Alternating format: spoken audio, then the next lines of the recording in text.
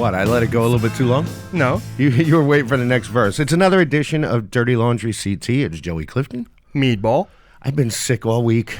Again? Yeah, I'm going on 2 weeks now. The disease. Yeah. Well, I always get sick around my birthday. Actually, yesterday was Meatball's birthday. It was? And tomorrow's my birthday. Yay. And like twinsies. Yeah, I'm sick every year for my birthday. I don't know what it is, but here we are, high atop the Silver City Ballroom in downtown Meriden. Uh-huh. And who's our sponsor this week? It will be Casa de Roma. Casa de Roma, South Meriden on Main Street. The best, I feel guilty saying it because I don't want other people to know, but the best chicken parm dinner you can get. If you order their chicken parm dinner over pasta, and it comes with the salad and it comes with the bread, right? They literally give you a box to bring it home in because it's just so much food. It lasts me like 3 days. But you can let people know as long as they order to go. Yeah, no. As long as they don't crowd the seating. So well, when we show up. Yeah, there's only like 5 tables in there. Right. I wish they had a bigger space. Maybe we'll get them to move to downtown. That's an ongoing issue with getting businesses downtown. Or downtown. So maybe 24 Colony. Maybe. I heard they're dying to get a restaurant in there. Oh, yeah? Yeah. Oh, that'd be great. And they have the parking garage, the train station across the street. So Casa de Roma, if you want to move downtown, you could still keep your local business there in South Meriden, but open up a second one. Yeah. Lots of gunshots again. There it is. So the most recent one, I believe, was outside Bar 105. Yes. I believe it was after they were closed. Mm-hmm. And I know for a fact it had nothing to do with the bar itself. I know this for a fact. Because it happened like, what, 3... Well, I could tell you for a fact because I know Manny, the owner. Mm-hmm. He knows, him and his staff all know the bad people that you wouldn't want to let into your establishment. Plus they have a lot of security, no? Well, yeah, and their security, they're all local people. They all know everybody who's around town. They know the families that should not be in there. Right. And they keep a tight ship. What was the shooting before that one? Well, no, the latest shooting was actually on Johnson and Allen. Yeah, and I don't know what happened with that one. I think it was last night. And then a lot of people on social media are all saying Bentley's on Grove Street, that there's a lot of issues with that. Again, never heard anything. Well, it's Grove Street and that entire neighborhood that has a lot of the problems and a lot of the shootings. And every time something happens, if you notice, Bentley's is closed. They're not even open. Right. So, but everybody wants to blame, like they'll blame the Diablos because they have their clubhouse on that street. Meanwhile, when have you heard the Diablos doing anything in Meriden? Never. Exactly. Well, back in the day, I guess they were big into doing stuff, but not. Well, yeah, I guess. I think they just do their own thing and stay away from everyone's business. Yeah. So, again, gunshots continue to happen. It is election time. You know what that means. What does it mean? It's our next candidate. Do we have one? Yes. Yes. Who is it? Let my music go a little bit. It's my MSNBC music. All right. How do you pronounce your name again? Because I know I'm going to get it wrong. Roger Misbach. Misbach. I didn't know whether it was Misbach. I didn't know if it was Misbach. It's Misbach. I'm sure you heard them all. Yeah, I've heard everything. Really, you can say it any way you want. So this is a very interesting story. First of all, you're 52 years old, father of 3. You've been married to your wife, Ellen, for 28 years. And Ellen is actually running for council for Area 4 up against Michael Carabetta and up against Kathy Batista as the Libertarian Party. Correct. Yep. You are running up against Kevin Scarpati for mayor from the Libertarian Party. Not only Kevin Scarpati. Oh, and Ernestine also. Yeah. Who? Ernestine Holloway is running too. Who? Like I said. That Ernestine Holloway? Yeah. When are you people going to stand up for us? That's right. She's about to stand up for all of us. Yeah, she stands up. She's a very nice person. I mean, to be honest, if we knew she was running, we probably wouldn't even have filed the petition. I don't know. I just don't. A lot of people say, who's the other one? Art Petroselli. So you people laugh here. Some of you think I'm a little cuckoo. But I think there's a division. There's your politicians where you expect them to be organized and they know everything. Right. And there's the newcomers and people that are, quote unquote, from the streets that they want to see a change, but they might not be as well organized or know how the system works. Well, like, believe it or not, I mean, a lot of things that Art says in the council meetings, I agree with. And if you could calm him down and really have a conversation with him. No, let him go. Yeah. The best reason to go to the council meeting is Wait, to isn't see he going for mayor too? He's going for at large, I believe. Oh, at large this year? Yeah. It looks like he's at large, and Ernestine's also mayor and at large. You can do that? You can do that? You can pull a petition, be whatever you want. Well, it's like Bob Williams is running, and he's got a seat. Right. As long as you live in the district. What about if she wins both positions? As an unaffiliated, that would be interesting. I don't know what would happen in that. So she can point to anyone and be like, hey, you sit here, I'll sit here. I don't know if she gets the power for that. Running unaffiliated, you lose a lot of... One, if she did win, she'd have to re-petition next time because you don't hold a line as an unaffiliated candidate. So you would constantly have to re-petition. Right. When you do it as a party, if the party gets 1%, then the party retains that line for next time. What's interesting, I think, that a lot of people don't know, there's a difference between unaffiliated and independent. Well, yeah, I mean, independent is an actual party. Yeah, but people assume it's just somebody random that's not associated with any party. Yeah, well, speaking of which, the It's Libertarians... pretty large in Connecticut, the independent party. The independent, sure. The Libertarian, I was always... I was talking to a friend today who will have to have him on soon. He's smart. Who? No, I'm not going to tell you who because you'll say no. Who? But anyway, he was explaining to me a little bit about libertarians. And from what he explained to me, I had it totally wrong. So I want to hear your definition of where a libertarian lies between the political parties. And then I'll see if I was close. I would say the Libertarian Party is kind of in between the Democrat and Republican Party. Right. On a national scale, anyway. So what would be the difference between them and independent? As far as the independent party doesn't have a national presence. The Libertarian Party has a national presence. We actually have already have ballot access in 38 states for the presidential election coming next time. Great to hear. And you have 15 towns in Connecticut. We have affiliates going in 15 towns in Connecticut. Now, is that a big difference from, like, let's say 8 years ago in Connecticut? Yeah, it was. The Libertarian Party was kind of non-existent 3-4 years ago. Mm-hmm. There were a couple people holding on, doing a great job, keeping it together till something happened, and then a couple of us came in 2017 and got involved, and since then we've been able to take off and get people interested. How come? Because libertarians have deep roots in the history, U.S. history. What happened in between? Libertarians had deep roots in Meriden. Right. Actually, we had Arlene Dunlap, who ran in the 80s. I'm not going to remember, maybe early 90s. She actually got 18% of the vote for mayor. Excellent. We had pretty good roots there, and it just, when you're up against the two-party system, they have it set up where it's very hard to fight them. So right, unless you add the We the People party, then it's still a two-party system. It's more fair. Yeah. They're a town party. Yeah. I mean, they don't have any state affiliation or national affiliation. It's just a way for the Republicans to get another chair or another vote. Yeah. Because I don't really see a difference between We the People and Republican. They're the same party. They endorse the same people. All right, so Libertarian, my point of view, and tell me if I'm right or wrong. It's kind of like you're wrong. You're not a libertarian. Actually, I think I may be. I kind of scared myself. He doesn't know it yet. But on the left side of things, the extreme left is, you know what? You want to smoke pot? Smoke pot. You want to get an abortion? Get an abortion. You want to be homeless? Be homeless. I don't care. It's your life. You live it the way you want. On the extreme right side of it is financially, my money's mine. Yours is yours. I want to make $1 billion. It's my money. Leave me alone. If I own property, I have the right to protect my property. You come on it, I'll shoot you. It's my right. This is my property. Leave me alone. Am I in the right range there? Yeah, I mean, we're kind of like a three-legged stool. So if you have liberty or freedom, right, you have to have property rights. Because if you don't have property rights, you don't have freedom, and you have to have responsibility. Because with great freedom, you need responsibility. Just ask any teenager that, and they'll tell you. So I mean, it's a different way of looking at things as far as it's more, should government control something? So when you bring up marijuana, I don't think you should smoke marijuana or take drugs or even smoke, and I'm a smoker. Right. Or even drink alcohol. But the war on drugs has failed.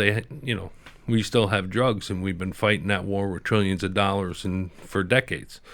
So it's not a question of, making drugs illegal. It's a question of, if you got a problem, let's help you solve the problem. Right. And if you look at the country of Peru, I believe it's Peru. Hope I don't have my Aleppo moment. They legalized all drugs and went to treating addiction instead. Mm-hmm. They don't have a drug problem anymore. Right. Instead of just incarceration and get over with it, and it doesn't do anything. That's Portugal. Is it Portugal? Portugal? Could be Portugal. One of those countries. Could be. Starts with a P. It's Wrong continent. It's down It's South down on the America. map somewhere. But now I thought, what's the connection? Because I was always under the assumption that the Tea Party were like real religious. I always say religious freaks because to me the Tea Party always seemed in mainstream media that they were these religious freaks and everything was God, God, God, Extreme, and you can't do this and that. But the Libertarian is kind of an offshoot of the Tea Party, and the Tea Party really isn't that religious thing that I'm talking about, right? No, the Tea Party was kind of like a mainstream or a middle-of-the-road libertarian thing. Right. The biggest thing with the Tea Party, I was involved in that back when that started. The biggest thing with the Tea Party was they just wanted smaller government. They didn't want the government involved in all this other stuff. And Right. It was kind of like a libertarian-leaning part of the Republican Party or the Freedom Caucus. But as you see in Washington, the Freedom Caucus never grew after that. They kind of shrunk back down. Yeah. Because the people who run the two parties, they, make So- everybody stay in their lane. So what are the views on a religion? You could be as religion as you want. But we you don't- actually have a lot of pro-life religious people in the Libertarian Party in Connecticut. So it's a good mix of different views, really, rather than Well, one that's- concrete. Yeah, that's the great thing about the Libertarian Party. If you're pro-choice or pro-life type of thing, you could be either or. Right. You just can't if you're pro-life, you just can't want the government to mandate Oh, anything yeah. on It's your personal choice. It's your personal choice. And since 96% of abortions are voluntary, I think we're having the wrong conversation. Let's get into a little bit. We've got a couple lawsuits to get to. The first one, let's talk to them about the most current one. Is first you guys were on the ballot for this year, then you were off the ballot. Now you're back on the ballot, and I heard that they had to throw out a whole bunch of ballots that they already printed, and now they got to reprint them, and it costs more money. So what was the original? I know the article just came out today in the Record Journal that basically said it was a clerical error, and the Libertarian Party sued the Secretary of State and won that lawsuit, correct? Because now you're back on. Well, we didn't win the lawsuit. The lawsuit's actually still going. Okay. We were supposed to go to court last Friday. What we did was we ended up saying we're going to challenge the whole system. The way you do ballot access, the way you do things. Because the third party is different than the two parties. We do things differently than they do. We don't have the same filing dates. We don't have the same end dates. Really? For instance, Friday was the last day to drop off the ballot or change somebody's name on the ballot for the major two parties. So why we printed ballots before Friday, I don't know. If we did, I don't know if they did. So we were going to challenge the whole thing. The Secretary of State called us on Wednesday and said, if you submit the paperwork this way, we'll put you back on the ballot.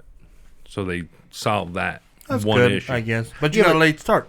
Well, no, but all right, so if the two-party system is doing it one way, and you want to come in as the third party and challenge that system and do it the third way, and that's the reason where we are right now. You could have easily just said, the Libertarians could have said, you know what, let's just make our dates all the same as the Republicans and the Democrats, so that way we don't get into anything. But the whole point of Libertarian is to break that two-party system, correct? Well, it's the state that sets different dates Right. for us. For instance, our petitions have to be done the beginning of August to be on the ballot. And that's even before the primaries that the two parties have.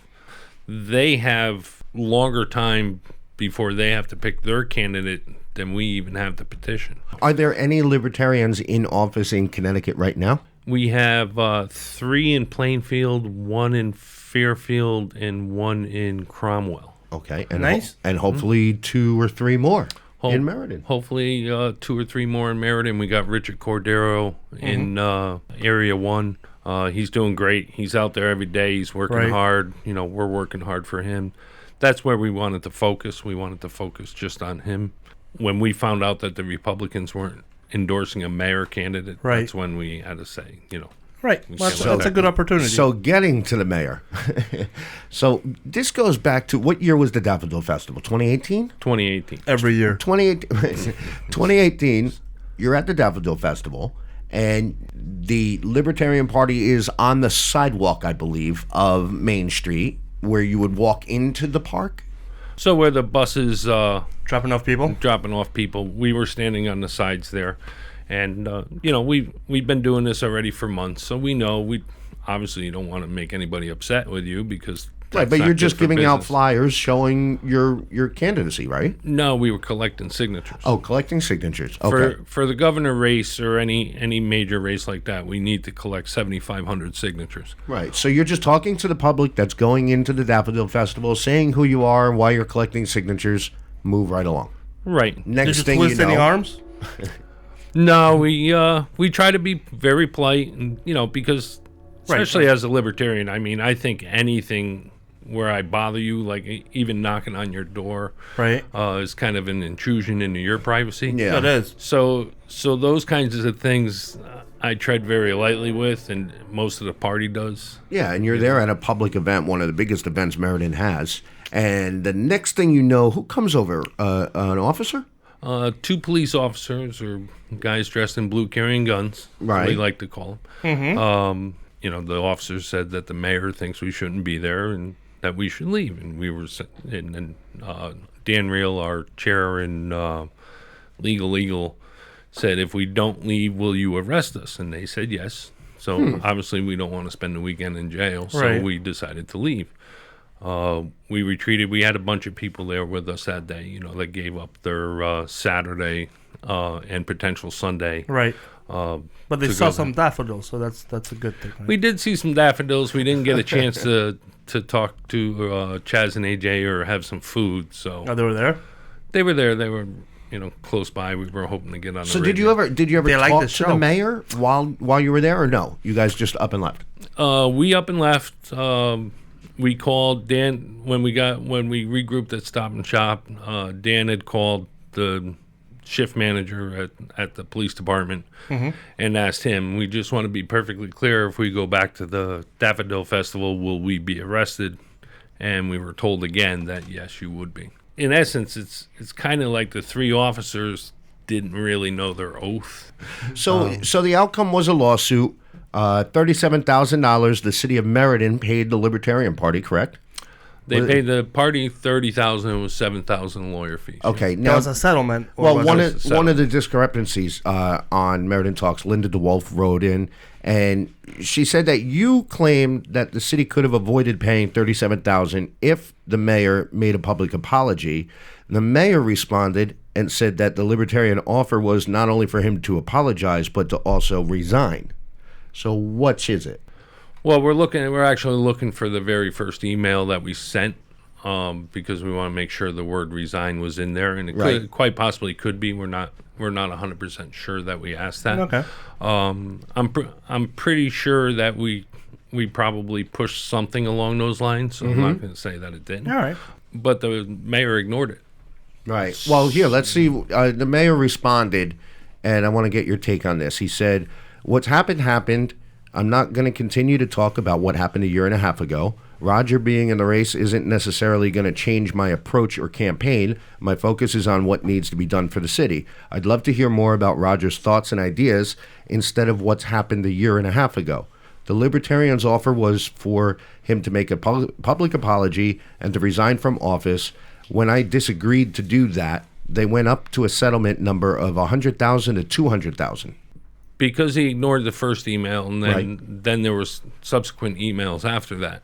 And every time Dan sent an email, he upped the figure because he wasn't getting a response. Okay. So at any point from the first email to even the settlement, if they had reached out and said, "Hey, let's work on this together," we could have worked on that. But that figure doesn't really matter. You could have asked for $5 million or $5 billion. It's actually the party itself wanted to go with settling for no less than $500,000.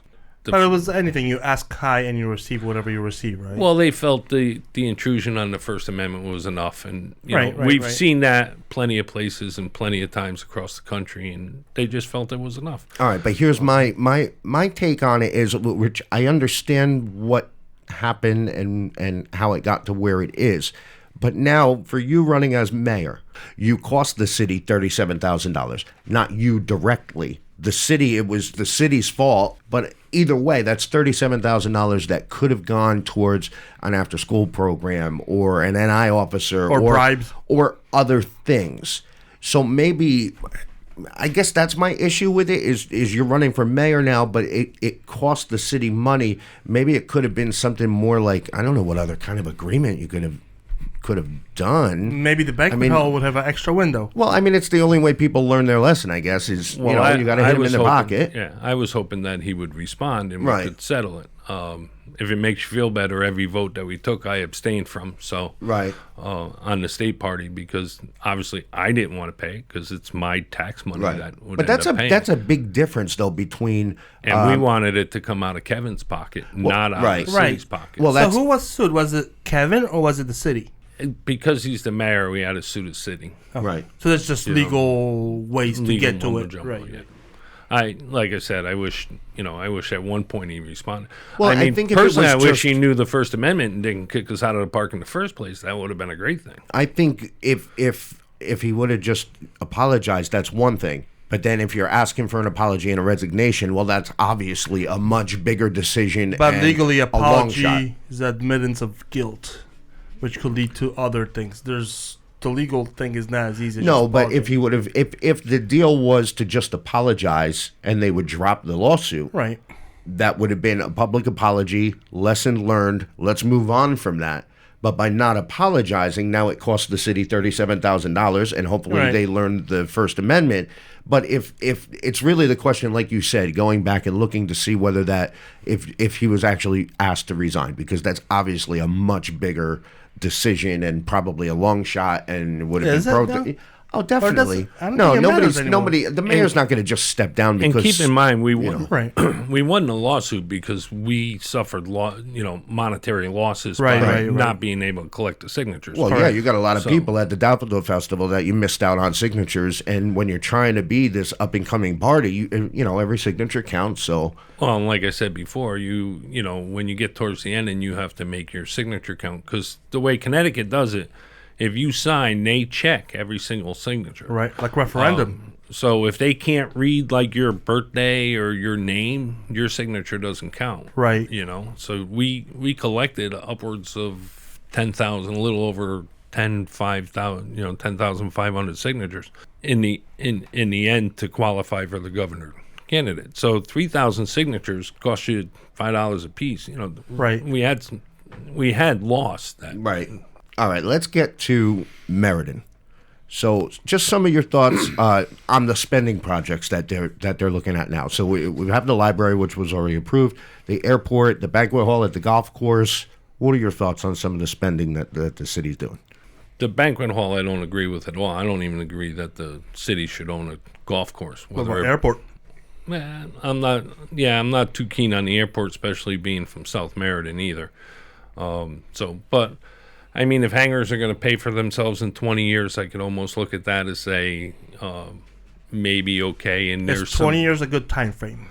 I don't think I would double the rent and make it paid for in 10 years. But well, that's what I don't understand. I mean, it says like with any new business, it takes you 2 to 3 years to start making a profit. How come we give the okay for the city to wait 20 years?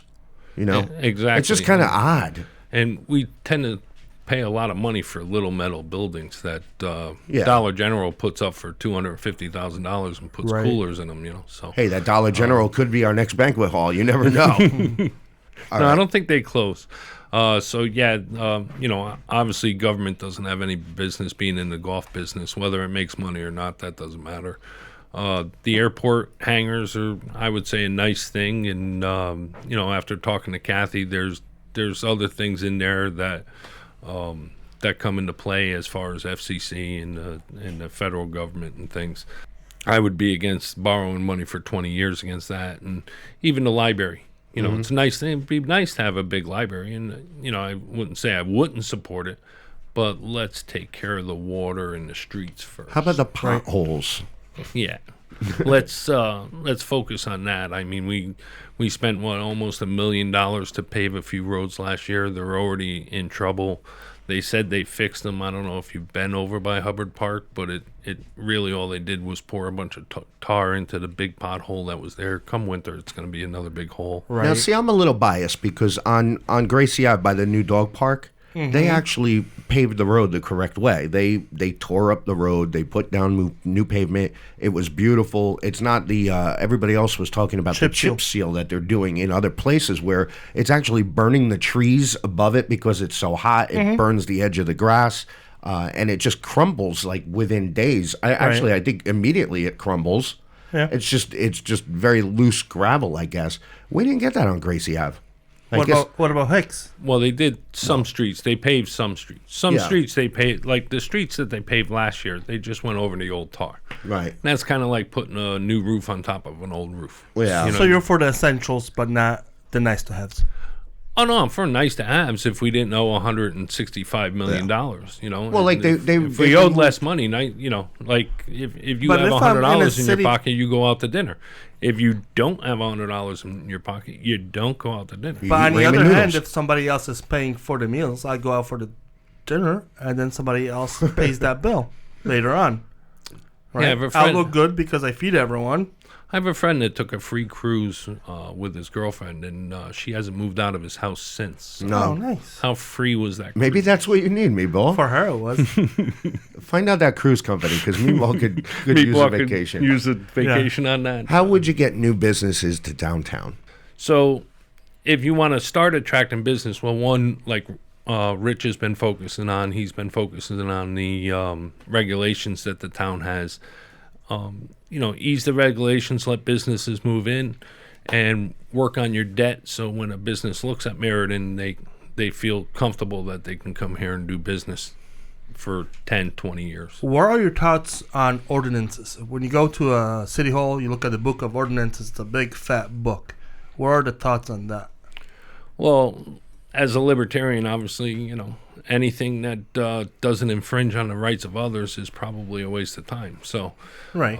If there's an ordinance that prevents, like, for instance, chickens, right? If you have chickens and your neighbors don't care that you have chickens, then it's none of the government's business whether you have chickens.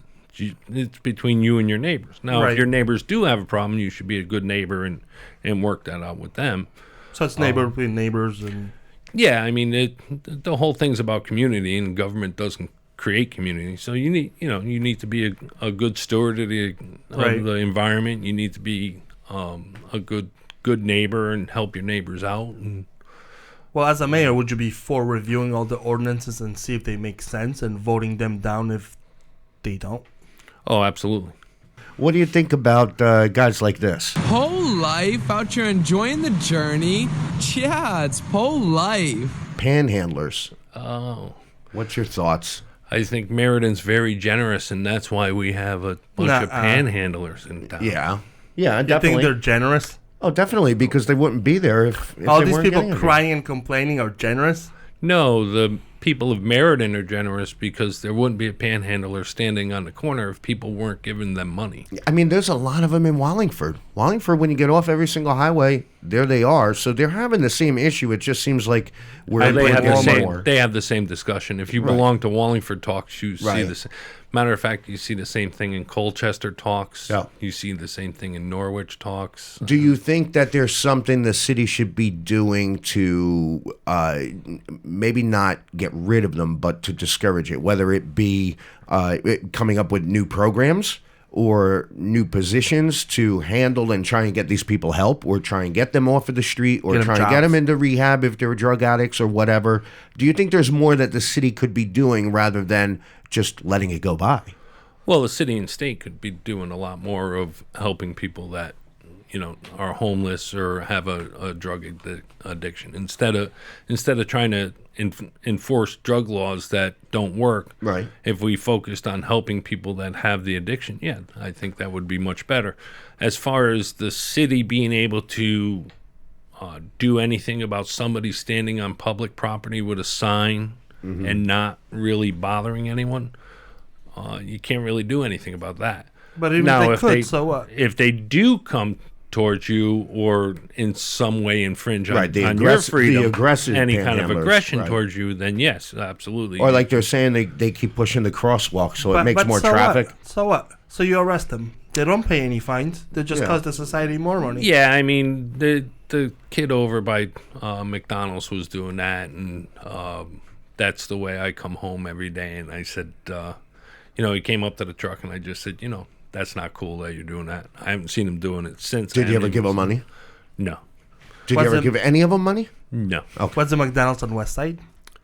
Yeah, the McDonald's. I think the traffic problem is not related to the beggars. Well, it at that point, he was doing that when they were doing I don't know what that construction. The ongoing, never-ending construction. They just digging a big hole over there for a couple of years or something. it's nobody knows what it is, and it's been ongoing for years. But you drive by, there's nice, clean trucks and nice, even ladies and guys working on it. I'm sure it's going to be really cool when it's done. Yeah. Ta-da! And the brand new McDonald's, is it still? Did it open yet? It's almost done, yes. It's not a government project, so it kind of goes pretty quick. Speaking of Dollar General, up in a month? What was it, about 4 weeks? For $250,000. You guys been to the new banquet hall? No, the new one. I love the banquet hall. It looks like an old bank. He's talking about the Silver City Ballroom, not the golf course. Not the golf course. No. I understand that's going to be $1 million General Steel building. Right. I was almost thinking of going into business and building General Steel buildings because I could buy that building for probably about $80,000. That's what somebody else is probably doing. Yeah. Well, that's what most of them are doing. I hope the window's open. They only got one bid, right? Yeah. Well, now they're from the best company in the state. Well, now they're going back to the drawing board, and actually tonight I think is the meeting where they're pretty much opening up to architects for new design, which I think is the. I mean, if you're gonna do it the right way. The way they did it before, it was, hey, we want a banquet hall. Who wants to build it? And they get a bid of somebody who wants to build it and $1.7 million or whatever, and nobody liked the design. Like, when you do the design first, find out how much that design costs, and then put it out for bid to see who could do it for that price. And a lot of people don't like the idea that you put the actual number out there, because there might be better companies out there that could do it cheaper. But hey, if you say your budget's 1.7, I'm going to make it come out to 1.6.999. So I know a lot of people want that to be kept secret, but I think starting from the design phase is a little bit a better direction if they're going to do it. Yeah, let's go back and do it again. Yeah, and pay again. Kind of like Route 11. So what's your vision for Meriden? We constantly spend money on Route 11 and never finish it. My vision for Meriden. As a mayor. What do you want to accomplish? With the big scissors. With the big scissors. Well, as you know, the mayor in Meriden is really just ceremonial anyway.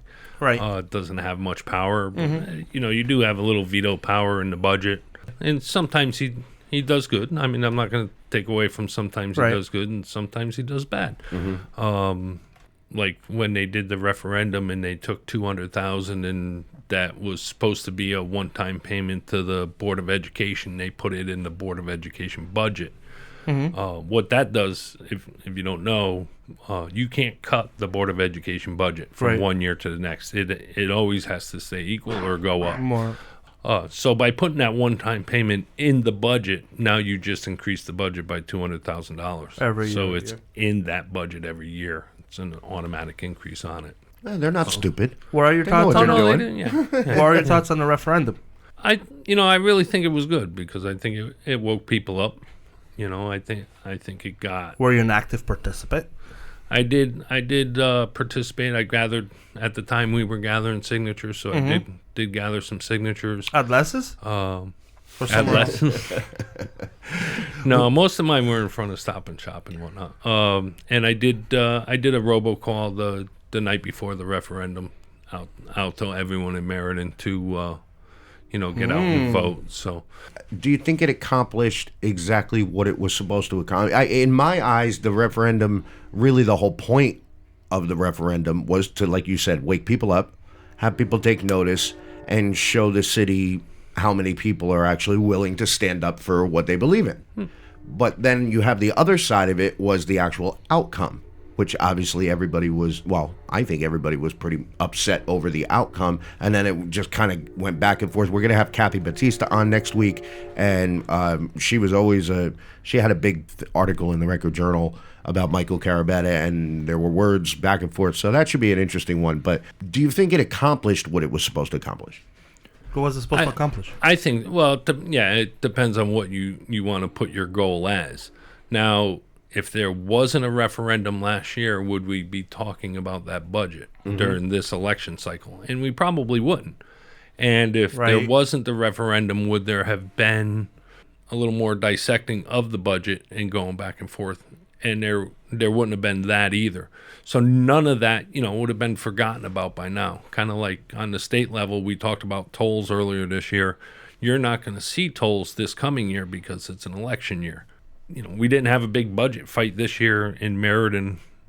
Granted, we all of a sudden found that we weren't taxing one of our biggest taxpayers, but oopsie daisy. There wasn't a big budget fight this year. They didn't go out of control in spending in off years. Right. So, what do you think about the budget process from finance department, city manager, then council approves it? Do you think the council even looks at the line items?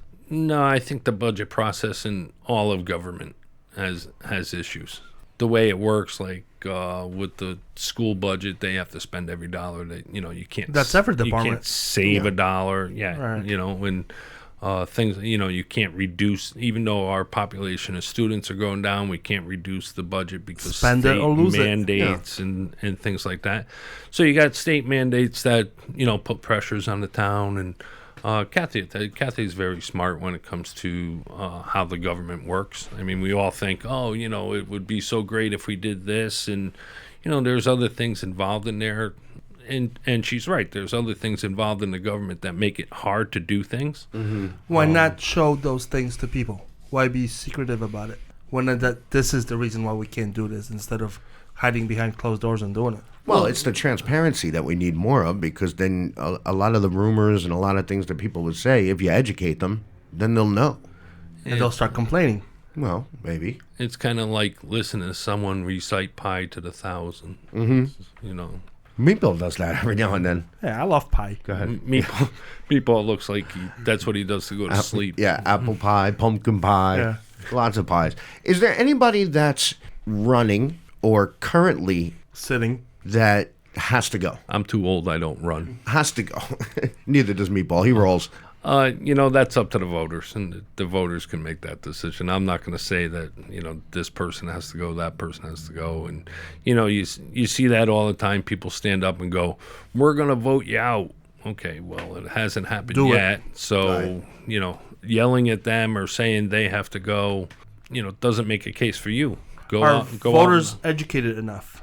I think the ones that want to be.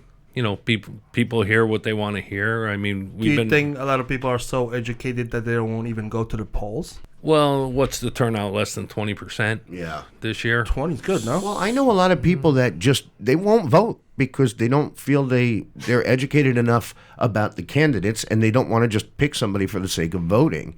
It is your right to vote, and everybody should vote. But at the same time, they shouldn't vote. Right. If they don't want to vote, don't vote. Yeah. Not voting is a stance, too. Well, yeah. I mean, I was in Hartford on Saturday knocking on doors with Aaron, and every door I knocked on, I asked, have you ever spoke to a Republican? Every answer was no. So, I mean, how are you going to educate voters if you don't go talk to them? I honestly wouldn't answer the door. If somebody comes to my door that knocks, if they're not holding a package, I'm not opening the door. You'd be surprised, you get What about people giant check? You get like- people that are rude and things, but for the most part, people are friendly. Yeah, you got to And they show wanna up talk to you. show up with balloons and a giant check, and then see if people open up the doors. I'm going to give you back tax money. Yeah, exactly. No tolls. Well, you'd be surprised when you knock on someone's door and you talk to them. Taxes aren't the first thing that pop to their mind. Well, because They're probably talking about around the water cooler, but Yeah. it's not the first thing that pops to their mind when they're talking to someone running for. Right. But you know what? I think everybody accepts the fact that, all right, we got to pay taxes. Yeah, our taxes are high. Yeah, we wish they were lower. But fix the pothole in front of my house. Right. Why make do the we street light have work. to pay taxes, though? I mean, if it was voluntary, would that be okay? No. No, because nobody would pay them. somebody else will, not You- me. I would donate to good roads. I would donate to a paver that's going to do a good job. Yeah, but look at Rather our than welfare. being forced How to you pay find- for a job that's How you find a paver that does a good job? No, but look at the welfare system. Probably. You're always going to have people that are going to we abuse hire it. one that has a little bit of. You're always going to have people that are going to abuse it. Well, you have that now, right? Yeah. I mean, you're forced to pay taxes, but you have people that work under the table. You have people that use all kinds of loopholes to get out of paying taxes. I mean, Well, anything that you own, you really don't ever own. You don't ever own your car in Connecticut. No, and you mine- don't ever own your house or your property in Connecticut. Because if you don't pay your taxes, goodbye. right? Well, what will happen to Meriden if the mall goes bust? That's one of the biggest taxpayers. The mall? The mall. I don't mall? think the mall is one of the biggest tax players. Yes. Yeah, Really? yeah. Boscom's pretty good in there, so I think. Right. I think there might, if we get our handle on our debt and we straighten a few things out financially. How do we get the handle? How we diversify? Again, it's paying for nice things or paying for necessary things. So while it'd be nice to have new airport hangars, Right. it's probably let's you not just wanna- borrow another $1 million to do it. Take care of the basics, and then we can think about the. Right. Yeah, but you know what? I Let's don't think people would complain as much about how high our taxes are. Yeah, we are much higher than If our, we got our free surrounding ice cream, areas. right. But if we had beautiful roads, Free beer on Friday. yeah, would be free good. free beer on Friday. No, but if we had all of those amenities that everybody keeps wanting, oh my God, God We got forbid, water. if they put in what's the store that they all want? Dave and Buster's. Yeah, if they put in a Dave and Buster's in Meriden, nobody ever better bitch about anything ever Right. again because then you can raise the taxes on. but I would most, pay more for a Dave and Buster's. most of these people would never go to a Dave and Buster's. It's a Fridays with arcade games. There's a lot of wishful Well, that's thinking. why there's not a Dave and Buster's in Meriden. I mean, the people who run Dave and Buster's are pretty smart. They Dave know and where to Buster. put their businesses. Do you know Mr. Dave or Mr. Buster? No. No. They just, I know how businesses pick their locations, and they Right. go by criteria, and Meriden doesn't meet that criteria. We have a very low median income, and that's, obviously we have a, car part stores and Dunkin' Donuts. well, that's when you. That's all we can support. But that's what the income supports. Everybody Right. stops for coffee, Yeah. and lower income people generally do more car repair, so you're Right. going to have more car part stores. Excellent.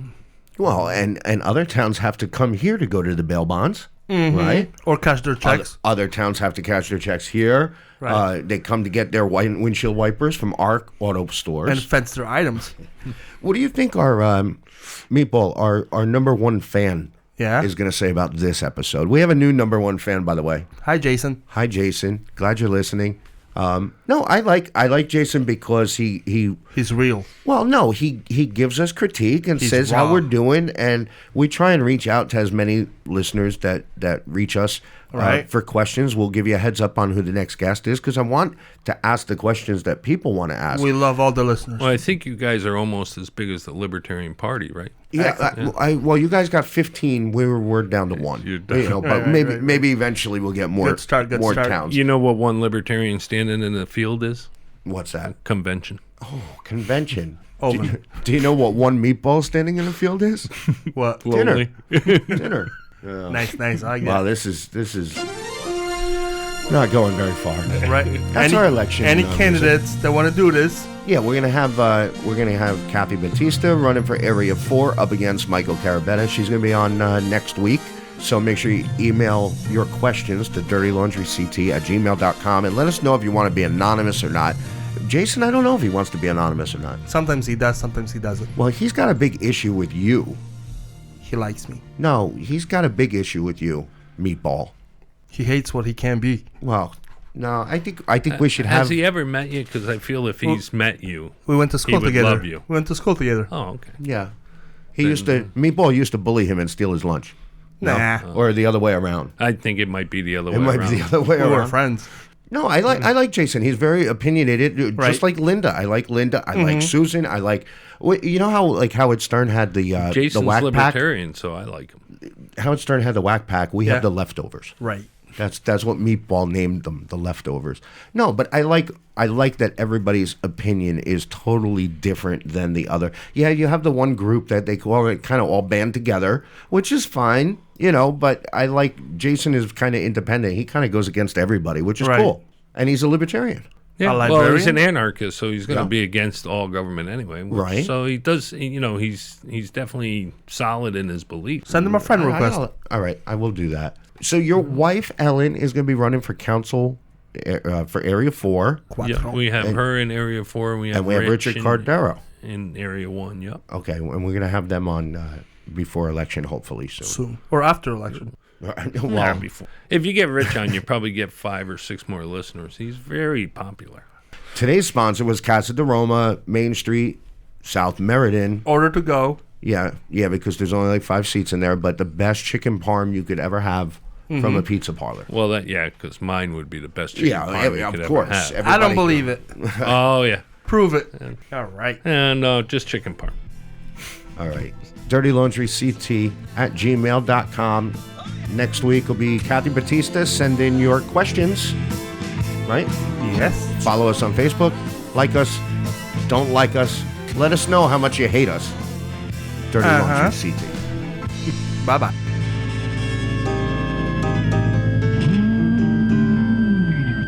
That's enough.